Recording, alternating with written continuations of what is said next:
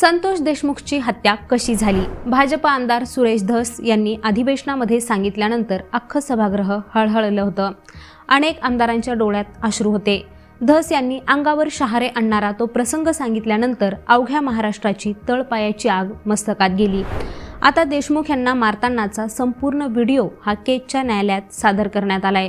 शिवाय आरोपींनी जी हत्यारं वापरली ती सगळी हत्यारं जप्त करून पोलिसांनी न्यायालयात सादर केली आहेत. देशमुखांना अत्यंत क्रूरपणे मारतानाचा तो व्हिडिओ आणि ती सगळी हत्यारं पाहून न्यायालय सुद्धा अक्षरशः शहारलं होतं. तर नेमकं काय काय घडले न्यायालयात पाहूयात या व्हिडिओच्या माध्यमातून. संतोष देशमुख यांना अत्यंत क्रूरपणे मारहाण करण्यात आली होती.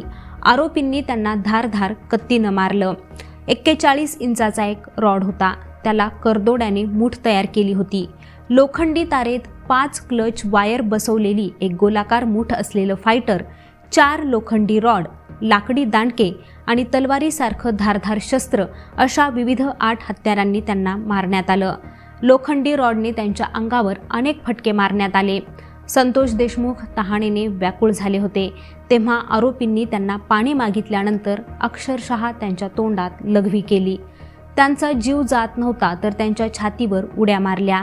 त्यामुळे त्यांच्या बरगड्या त्यांच्या छातीत घुसल्या होत्या. या घटनेत देशमुख यांच्या अंगावर तब्बल 56 जखमा आढळून आल्यात. ही मारहाण करताना त्याचं व्हिडिओ रेकॉर्डिंगही करण्यात आलं होतं. तसंच व्हिडिओ कॉलही चालू होता. त्यावेळी पलीकडील व्यक्ती आणि स्वतः आरोपी ही हत्या एन्जॉय करत होते असं धस यांनी सभागृहात सांगितलं होतं. आता हेच व्हिडिओ रेकॉर्डिंग न्यायालयात सादर करण्यात आले. CID तपासात डिजिटल एव्हिडन्स हाती लागलेत.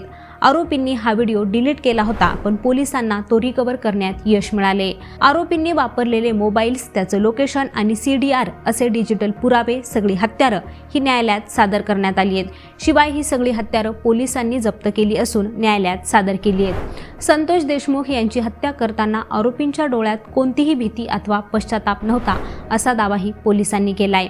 या हत्या प्रकरणातील आरोपी जयराम चाटे, महेश केदार आणि प्रतीक घुले यांच्यासह आबादा एनर्जी या पवन ऊर्जा प्रकल्पाच्या खंडणी प्रकरणातील आरोपी विष्णू चाटे या चौघांना प्रचंड पोलीस बंदोबस्तात सोमवारी केज न्यायालयात हजर करण्यात आलं होतं.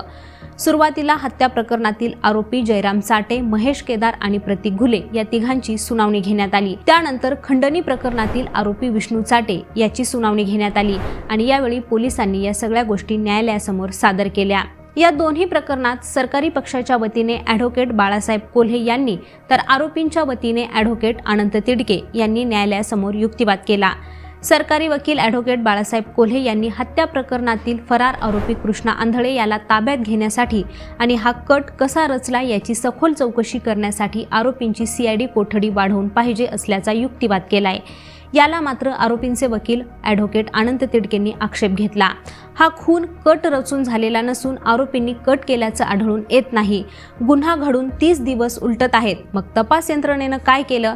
तसंच अटकेतील आरोपी काय शोपीस आहेत काय? असा युक्तिवाद करत त्यांना न्यायालयीन कोठडीची मागणी केली आहे. अखेरीस न्यायालयाने जयराम चाटे, महेश केदार आणि प्रतीक घुले या तिघांना 18 जानेवारीपर्यंत 12 दिवसांची CID कोठडी सुनावली आहे. तर खंडणी प्रकरणातील आरोपी विष्णू चाटे याला 10 जानेवारीपर्यंत 4 दिवसांची CID कोठडी सुनावण्यात आली आहे. आता मंडळी, ही माहिती तुम्हाला कशी वाटली ते आम्हाला कॉमेंट करून नक्की सांगा आणि यांसारख्याच विषयांची माहिती मिळवण्यासाठी लेट्सअप मराठीला सर्वच सोशल मीडिया हँडलवरती फॉलो करायला विसरू नका आणि पाहत रहा लेट्सअप मराठी.